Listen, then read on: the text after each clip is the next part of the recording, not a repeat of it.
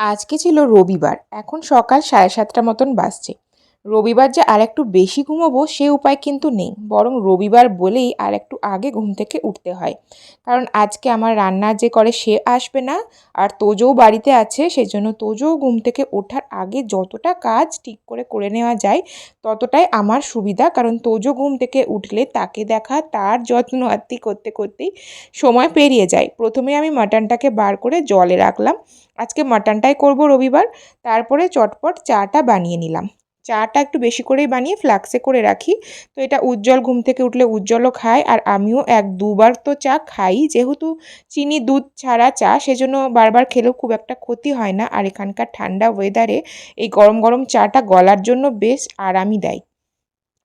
তারপরেই যে কাজটার কথা মনে পড়ে সেটা হচ্ছে তোজোর জন্য চটপট ব্রেকফাস্ট বানিয়ে নেওয়া। তোজোকে বেশিরভাগ দিনই সকালে আটার তৈরি রুটি, পরোটা এইসবই দিই। আজকে রুটি বানিয়ে নেব, আর তার সাথে সবজি দিয়ে ডাল দিই। আর আখের গুড় আছে আমাদের মামার বাড়ির ক্ষেতের আখের, একদম টাটকা গুড়, সেটা আমি নিয়ে এসেছি রামপুরহাট থেকে। তো সেই গুড় প্রত্যেক দিন ১ চামচ করে দিই। গুড়ে যেহেতু অনেক ক্যালসিয়াম, সেজন্য বাচ্চাদের এটা খাওয়া কিন্তু বেশ ভালো, হাড়ের শক্ত হয় সেই জন্য। তারপর এগুলো ক্যাসারোলে রেখে দেওয়ার পরে আজকে ভেবেছিলাম পালং শাকটা বানাবো। আগের দিনই ধুয়ে পরিষ্কার করে পালং শাকটা রেখে দিয়েছিলাম, কাটা হয়নি।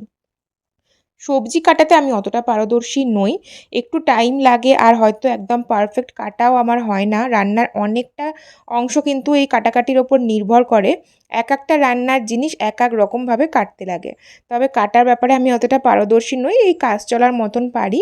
তবে রান্না আমার চটপট হয়ে যায়। রান্নাতে আমার অত ভয়ও লাগে না। একসাথে ১৫-২০ জনের রান্না আমি খুব অনায়াসে কিন্তু করে দিতে পারি। কেউ যদি জোগাড়টা করে দেয় তাহলে সুবিধা হয়। মানে এই সবজি টবজিগুলো কেটে রাখা। এখানে আমি পালং শাকগুলো কেটে এখানে কড়াইয়ের মধ্যে বানাবো হচ্ছে, তেল নিয়েছিলাম, তাতে কালো জিরে দিয়েছি, একটা কাঁচা লঙ্কা আর কিছু রসুন ফোড়ন দিয়ে পালং শাকগুলোকে দিয়ে গ্যাসটা কমিয়ে আর ঢাকা দিয়ে দিলাম। পালং শাকের যে জল বেরোবে সেটাতেই পালং শাক সেদ্ধও হয়ে যাবে, ভাজাও হয়ে যাবে। সেই জন্য আগেই সকালে ওটা আমি বসিয়ে দিলাম। আর এটাতে যেহেতু মশলা টশলা বাটার ঝামেলা নেই, সেজন্য কোনো আওয়াজ হবে না, তোজও ঘুম থেকে উঠবে না। মনে হয় যেন তোজো ৯টা নয় ৯:৩০তে ঘুম থেকে উঠলেও সুবিধা হয়। তাতে আমার কাজগুলো আরোই এগিয়ে যায়। আজকে যেহেতু মাটন কষা বানাবো সেই জন্য একটু পেঁয়াজ, আদা, রসুন তো লাগবেই, সেজন্য পেঁয়াজগুলোকেও কেটে রাখছি। আর তার সাথে ঝিঙে আলু পোস্ত বানাবো। অনেক দিন ধরে ঝিঙেগুলো আছে, তো সেটা সদ্গতি করব ভাবলাম। ঝিঙে বললেই ঝিঙে পোস্তটাই সবার আগে মাথায় আসে, সেই জন্য ঝিঙেগুলোকে একটু মোটা মোটা করে কাটলাম। আলুগুলো কেটে জলে রেখে দিলাম। ব্যাস, আমার রান্নার জোগাড় হয়ে গেছে। তারপরে তোজো ঘুম থেকে উঠলে চটপট সমস্ত রান্নাও কমপ্লিট হয়ে যাবে। এদিকে শাক ভাজাটাও প্রায় হয়ে এসেছে। এই সময় আমি হচ্ছে নুন, একটু মিষ্টি দিয়ে দিলাম। শাকে নুনের সাথে সাথে আমি মিষ্টিও দিই। যে কোনো রান্নারই ব্যালেন্স রাখার জন্য আমি একটু করে মিষ্টি দিই, তাতে টেস্টটা আমার মনে হয় বেশি ভালো হয়। তারপরে আমি বসেছিলাম এই গরম গরম চা নিয়ে।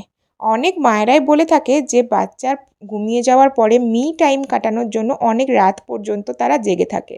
তবে আমি কি করি, তোজোর ওঠার আগে ওঠার চেষ্টা করি। ওই ১ ঘন্টা ৪৫ মিনিট যেটাই নিজের টাইম পাই সেটাই আমার জন্য অনেক। রাত্রি জাগাটা আমি পারি না একদমই।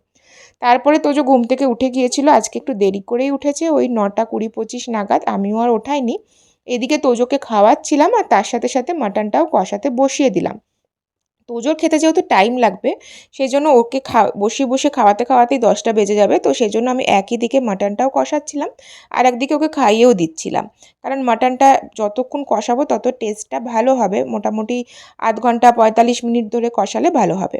পেঁয়াজ, যা যা লাগে আর কি মশলা, পেঁয়াজ, আদা, রসুন বাটা, তার সাথে একটু টক দইও দিয়েছি। রেগুলার যে গুঁড়ো মশলাগুলো, জিরে গুঁড়ো, ধনে গুঁড়ো, তারপরে হচ্ছে কাশ্মীরি লঙ্কার গুঁড়ো, আর একটু লঙ্কা বাটা দিয়েছি। যেহেতু তোজো খাবে না একটু ঝাল দিয়েছি। তারপরে ভালো করে কষিয়ে নিলাম, আর তারপরে ঢাকা দিয়ে গ্যাসের আঁচটা একটু কমিয়ে দিলাম। তাতে করে তেলগুলোও ছেড়ে আসবে, আর সমস্ত যে জলটা মাটন থেকে বেরিয়ে সে জলটা আবার টেনেও নেবে। ততক্ষণ পর্যন্ত কষাবো। এদিকে আজকে হচ্ছে এই ঝিঙে আলু পোস্তটা আমি প্রেশার কুকারেই করব চিন্তা করলাম। কারণ প্রেশার কুকারে জাস্ট ১০ মিনিট থেকে ১৫ মিনিটের মধ্যেই কিন্তু ঝিঙে আলু পোস্ত হয়ে যায়, আর সেটা খেতেও ভীষণ ভালো হয়। যখন আমি অফিস যেতাম 2-2.5 বছর, তখন আমি নিজের হাতে রান্নাও করতাম, অফিসও যেতাম।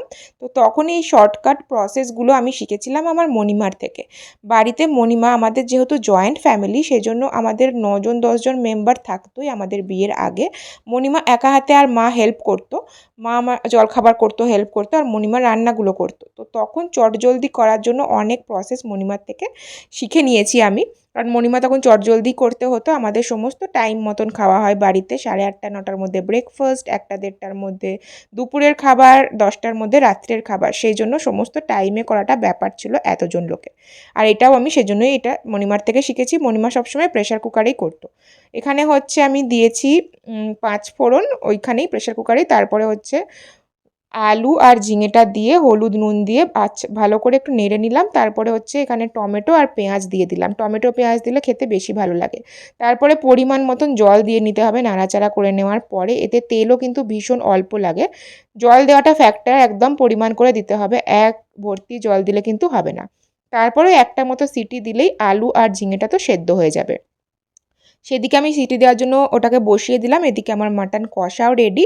এই মাটন কষাটাকেও 1টা কি 2টো সিটি দিলেই হয়ে যাবে রেডি। একদম কচি পাঁঠা ছিল বলে দেখছি অনেকটা সেদ্ধ হয়েই গেছে। তো এটাকেও কুকারে বসিয়ে দিলাম। এদিকে দেখো, একটা সিটি দেওয়ার পরেই আলু ঝিঙেগুলো মোটামুটি সেদ্ধ হয়েই গেছে। তারপরে যে পোস্তটা আমি বেটেছিলাম সেইটাকে দিয়ে দিচ্ছি। পোস্ততে জল টানে, সেই জন্য এইটুকু যে জল থাকবে সেটা একটু ভালোই লাগে, খুব ড্রাই আমরা খাই না। সেই জন্য সেই জলটা নিজেরা যেমন পরিমাণ মতো বুঝে দিতে হবে। তারপরে এখানে দিয়ে দিলাম হচ্ছে পোস্ত বাটা, আর নুন টুন তো আগেই দেওয়া আছে। তারপর পোস্তটা দেওয়ার পরে ওই 2-3 মিনিট নাড়াবো। পোস্ত দিয়ে খুব বেশি ফোটালে পোস্তর গন্ধটাই চলে যায় দেখেছি আমি। সেই জন্য অল্প একটুখানি ফুটিয়ে নেব। তারপরে হচ্ছে ওপর থেকে কাঁচা লঙ্কা দেবো, আর দেবো হচ্ছে সর্ষের তেল।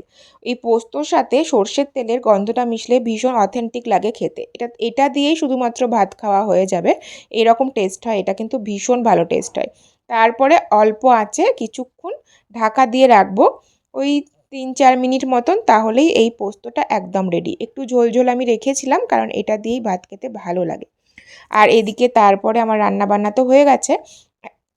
এখন হচ্ছে ব্রেকফাস্টটা বানিয়ে নিচ্ছি। ব্রেকফাস্টে চটজলদির মধ্যে আজকে বানিয়েছিলাম চিজ দিয়ে, পেঁয়াজ দিয়ে, আর হচ্ছে ডিম দিয়ে ম্যাগি। ম্যাগি একটা এমন জিনিস, তাকে যেমনভাবেই বানাও না কেন খেতে কিন্তু টেস্ট লাগবেই। চিজ দেওয়াতে আরোই বেশি ভালো লাগে। আর ডিমটাও একটু বেশি করে দিয়েছি, ওই দুজনের জন্য 2টো ডিম দিয়েছি গোটা। আর এখানে আমাদের ম্যাগি হয়ে গেছে রেডি। গরম গরম ম্যাগি। আমি আর উজ্জ্বল ব্রেকফাস্ট করবো, তোজোর তো ব্রেকফাস্ট হয়ে গেছে। তবে ম্যাগি দেখে সে কি আর ছাড়বে, তাকেও একটুখানি ম্যাগি আমাদের সাথে দিতেই হবে, ও ভীষণ ভালোবাসে খেতে।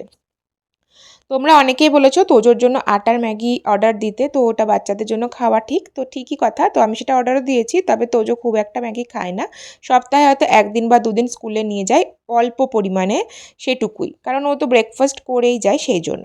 তারপরে তোজো কিছুক্ষণ খেলছিল, স্কুটার হলো, ওর বাবার মতন হেলমেট পরা হলো। তারপরে আবার দেখো জগন্নাথ দেব সেজেছে। তোজোর সাথে জগন্নাথ দেবের যে কী কানেকশান আমি জানি না, ও সারাদিন জগন্নাথ দেবকে নিয়ে কাটিয়ে দিতে পারে। ভীষণ ভালোবাসে, একদম বন্ধুর মতন ভালোবাসে। এখানে জগন্নাথ দেবকে হেলমেটের মধ্যে রেখে সেটা নাকি মন্দির হয়েছে, আর সে নিজে হয়েছে জগন্নাথ দেবের দাদা, তাই জগন্নাথ দেবের মতো সাজছে। তোজোকে খাইয়ে দাইয়ে দিয়েছি, স্নান টানও তার কমপ্লিট হয়ে গেছে। আর এদিকে দেখো, আমাদের এই মাটন কষাটা কিন্তু ভীষণ দেখতে সুন্দর হয়েছিল, সেরকম খেতেও কিন্তু অসাধারণ হয়েছিল। আসলে চিকেন বা মাটন হলে আমার আর কিছুই লাগে না। বাকি এই যে শাক পোস্ত এগুলো করা সমস্তই হচ্ছে উজ্জ্বলের জন্য, কারণ উজ্জ্বল আবার মাছ মাংসর থেকে সবজি ডাল এগুলো খেতে বেশি ভালোবাসে। আর আমার তো মাছ মাংস হলে আর কিছুই লাগে না, মাছ মাংস ছাড়া বাকি সবই ঘাস ফুস লাগে। এই দিয়ে আজকে ভালোই হলো আমাদের দুপুরের খাওয়া দাওয়া। তারপরে রান্নাঘর পরিষ্কার করে নেওয়ার পর এই মুহূর্তটা কিন্তু ভীষণ ভালো লাগে, যে সমস্ত কাজ শেষ, সমস্ত কিছু পরিষ্কার পরিচ্ছন্ন। সকাল থেকে একটা মিনি ব্লগ তোমাদের সাথে শেয়ার করলাম, কেমন লাগলো অবশ্যই জানিও। ভালো লাগলে লাইক কমেন্ট শেয়ার করে দিও, চ্যানেলটাকে সাবস্ক্রাইব করে দিও।